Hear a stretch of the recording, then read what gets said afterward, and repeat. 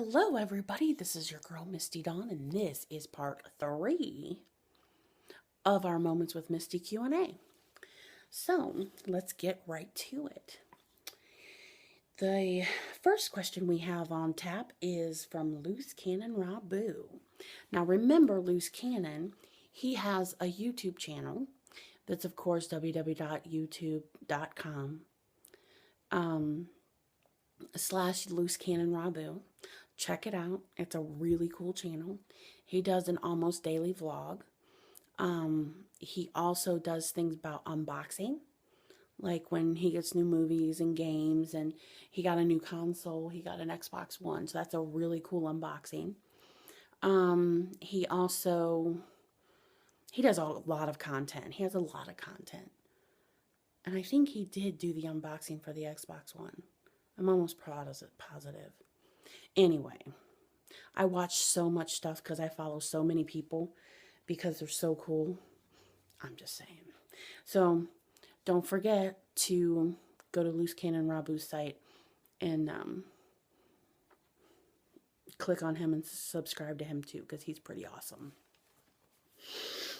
Okay, he asks, where would my favorite place to live be?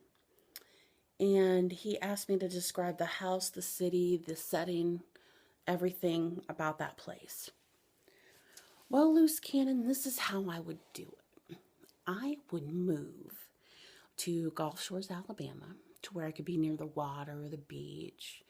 I know it's a tourist town, kind of like Port Clinton here in Ohio, but of course it'd be a lot warmer. I would have a little tiny cabin house. I think that instead of it being like a cabin house that could be crushed really easily, I would want one of them stone houses. I call them cobblestone, but cobblestones are way tiny. They're the bigger stone. I would have one of those kind of houses. And I would have a little front porch that kind of not a little one, it would wrap around. That would be stone too, with cement on it, because I want to make sure this house is sturdy, that nothing is going to blow over this house. Because I know all about the tornadoes and the hurricanes and all of that. So if I have to evacuate for a hurricane, when I come home, the worst thing that's happened to my house is that I got water damage, which I will have insurance for. And I would have a nice little garden, like a little flower garden with some really pretty little landscaping.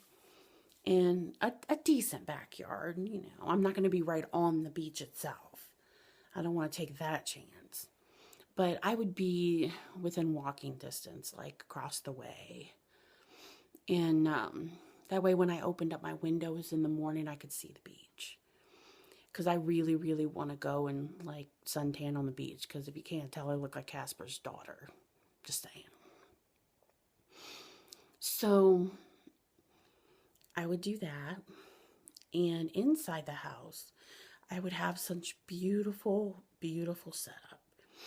Of course, I would have my mortuary science stuff hanging around, and my postmortem photography would be hanging up, and I would have, my reds, my blacks, purples, and greens, and I would probably get my furniture from either a funeral home that was going out of business because they have really pretty furniture, and do it more of an antique style with my postmortem photography. Or I would go to an antique shop and try to find some furniture. Or maybe just go around the garage sales, because you never know what you're going to find. You can find really rare things, you just go at garage sales. So I would kind of do my house up really kind of cute like that. I would just do that. And then that way I could, have the quaint little home and then go to the beach. I'd take my laptop, which would be a Mac. I think it's called an iMac. I don't know. I don't know any of that. But it's going to be an Apple whatever. because Microsoft sucks. I'm just saying. I haven't had my computer 3 years and it's a piece of crap. So I would have a laptop and pick my little air card or whatever I needed and go to the beach and have one of them little chairs that sit down close to the ground and my little umbrella and have something to drink and be typing away, doing my books and doing my editing, and maybe by then I would have like a reputation of being a very good postmortem photographer. So I'd be editing my pictures on Photoshop of different funerals I've done and so on and so forth. I think that would be good.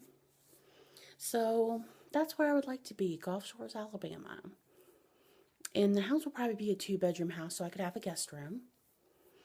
Because I'm sure, like, my Aunt Paul would come visit me, and my cousins, and so on. So, I hope that answers your question, Loose Cannon. Thank you so much for asking. That was a great question. And the last question that I have is from Dark Willa, which is Amber. If vampires existed and I was turned into a vampire, would I turn anyone else? And if so, who and why? Okay. If I was turned into a vampire, I would turn other people. The person that I would turn, or people I would turn, would be people that wanted to be turned. Like if they were my close family and friends, if they wanted to be turned, I would turn them so that they could be with me forever. Otherwise, I'd have to watch them grow old and die, and that would just be depressing because I've watched a lot of people die. I was there for my mother, my grandmother, and my grandpa Flagle, and it's just, and my dad. That's the most depressing crap ever. So I would probably try to convince my friends, because my family's like far away from me, so I would try to convince my friends to let me turn them so that they could be with me forever. And once you've adjusted to the change, where would you go? Who would you take with you? And what would you do? I would go probably to that nice, quaint little house in Gulf Shores, Alabama, and do my photography thing. I would take whoever wanted to come with me. That's who I would take. Whoever wanted to come with me. And I would do the postmortem photography thing, and I would write books, and I would just try to make a living doing whatever I could to have, keep things afloat.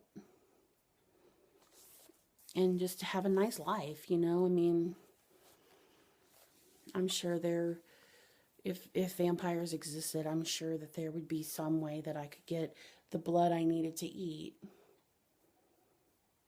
so that I wouldn't have to go around killing people or turning people or, that kind of thing.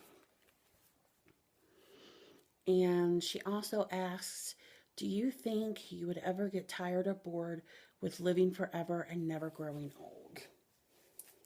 No, I don't think so. I really don't think I would, because they say the goal in life is to leave a beautiful corpse. So if I never grew old, I would always be beautiful. I would always be gorgeous. I would always be beautiful. I would always have a young face. Never have any wrinkles. Never have gray hair. None of that. It's like my mother, she died when she was 42. She didn't have wrinkles, gray hair, nothing. She left a beautiful corpse.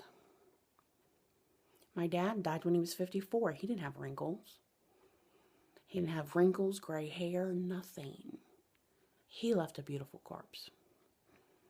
So, I'd never get tired of looking like this with no wrinkles. And yeah, I would never get tired of it. So I hope that that answered your question, Amber. So I want to thank you guys for participating and keep the questions coming. It'll be a wonderful thing. Just keep the questions coming. I will answer them. I think I'm going to make this a Sunday thing. And we are going to answer questions on Sundays. So thank you so much. Remember to like, subscribe, and share. Tell your friends. All your friends. Tell them to like, subscribe, and share. That way, we all can have fun. So, with that, I'll bid you adieu. And you have a wonderful, wonderful rest of the day and a wonderful, wonderful week. Mwah. Goodbye, my darlings.